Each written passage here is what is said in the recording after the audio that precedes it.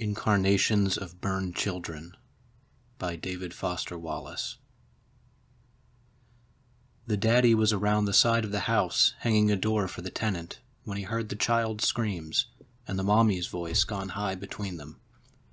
He could move fast, and the back porch gave onto the kitchen, and before the screen door had banged shut behind him, the daddy had taken the scene in whole.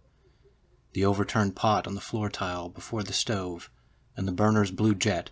and the floor's pool of water, still steaming as its many arms extended, the toddler in his baggy diaper standing rigid with steam coming off his hair, and his chest and shoulders scarlet, and his eyes rolled up, and mouth opened very wide, and seeming somehow separate from the sounds that issued, the mommy down on one knee with the dish rag dabbing pointlessly at him, and matching the screams with cries of her own, hysterical so she was almost frozen. Her one knee and the bare little soft feet were still in the steaming pool, and the daddy's first act was to take the child under the arms, and lift him away from it, and take him to the sink, where he threw out plates, and struck the tap to let cold well water run over the boy's feet, while with his cupped hand he gathered and poured or flung more cold water over the head, and shoulders, and chest, wanting first to see the steam stop coming off him, the mommy over his shoulder invoking God, until he sent her for towels and gauze if they had it, the daddy moving quickly and well, and his man's mind empty of everything but purpose, not yet aware of how smoothly he moved, or that he'd cease to hear the high screams, because to hear them would freeze him and make impossible what had to be done to help his own child, whose screams were regular as breath, and went on so long they'd become already a thing in the kitchen, something else to move quickly around.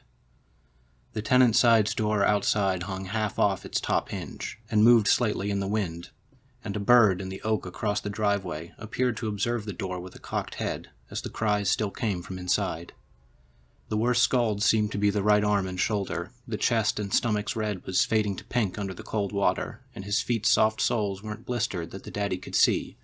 but the toddler still made little fists, and screamed, except maybe now merely on reflex from fear. The daddy would know he thought it possible later, small face distended, and thready veins standing out at the temples, and the daddy kept saying he was here, adrenaline ebbing, and an anger at the mommy for allowing this thing to happen, just starting to gather in wisps at his mind's extreme rear, and still hours from expression. When the mommy returned, he wasn't sure whether to wrap the child in a towel or not, but he wet the towel down and did, swaddled him tight, and lifted his baby out of the sink to set him on the kitchen table's edge to soothe him, while the mommy tried to check the feet soles with one hand waving around in the area of her mouth, and uttering objectless words, while the daddy bent in and was face to face with the child on the table's checked edge, repeating the fact that he was here, and trying to calm the toddler's cries. But still the child breathlessly screamed, a high, pure, shining sound that could stop his heart, and his bitty lips and gums now tinged with the light blue of a low flame, the daddy thought, screaming as if almost still under the tilted pot in pain. A minute, two, like this, that seemed much longer, with the mommy at the daddy's side, talking sing-song at the child's face, and the lark on the limb with its head to the side, and the hinge going white in a line from the weight of the canted door, until the first seen wisp of steam came lazy from under the wrapped towel's hem,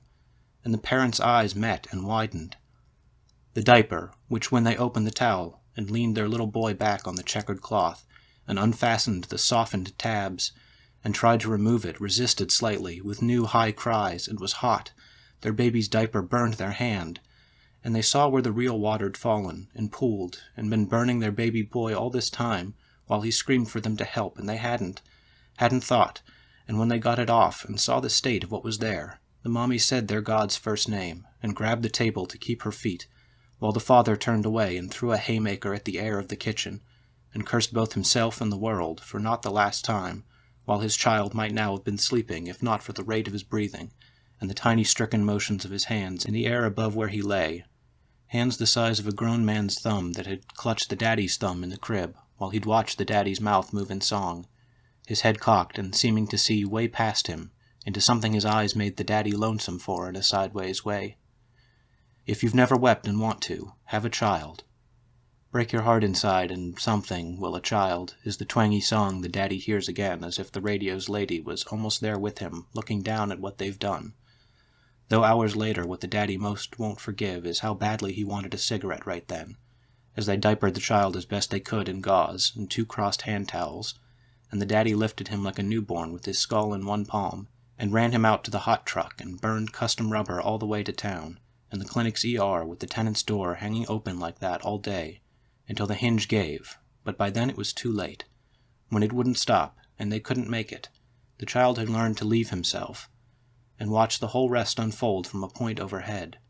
and whatever was lost never thenceforth mattered,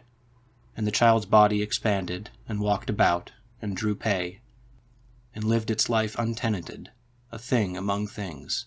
its self-soul so much vapor aloft, falling as rain and then rising, the sun up and down like a yo-yo.